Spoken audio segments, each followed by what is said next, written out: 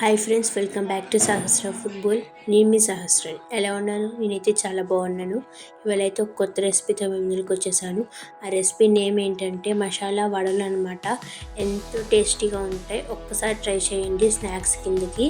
First అయితే ఒక mixie జార్లో పచ్చిపప్పుని ఒక 1 అవర్ ముందలైతే నానబెట్టుకోవాలన్నమాట. తర్వాత ఆ మిక్సీ జార్లోకి వేసుకొని అల్లం చిన్నులపాయలు అనేది వేసుకోవాలన్నమాట. అవి వేసుకున్న తర్వాత రాక్ సాల్ట్ అనేది వేసుకోవాలి. మీకు మాల్స్ కన్నా రాక్ సాల్ట్ అయితే చాలా టేస్టీగా ఉంటుంది. నెక్స్ట్ అయితే వాటిని కచ్చాపిచ్చాగా అనేది గ్రైండ్ చేసుకోవాలన్నమాట. అప్పుడైతే వడలు అనేది మంచిగా పర్ఫెక్ట్గా షేప్లో అనేది వస్తాయి.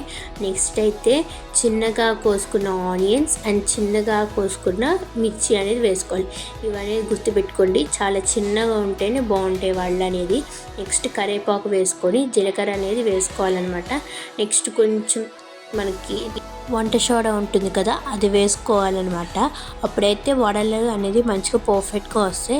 నెక్స్ట్ అయితే ఒక కడాయిలో ఆయిల్ అనేది వేసుకోవాలన్నమాట. ఆయిల్ కొంచెం తక్కువగానే వేసుకోండి.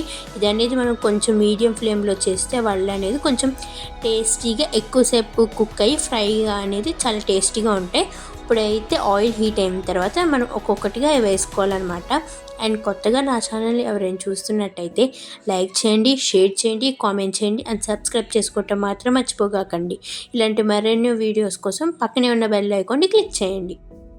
ఇప్పుడైతే 2 సైడ్స్ డీప్ ఫ్రై అయిన తర్వాత మనం అనేది వడలు అనేది తీసేసుకుంటామే.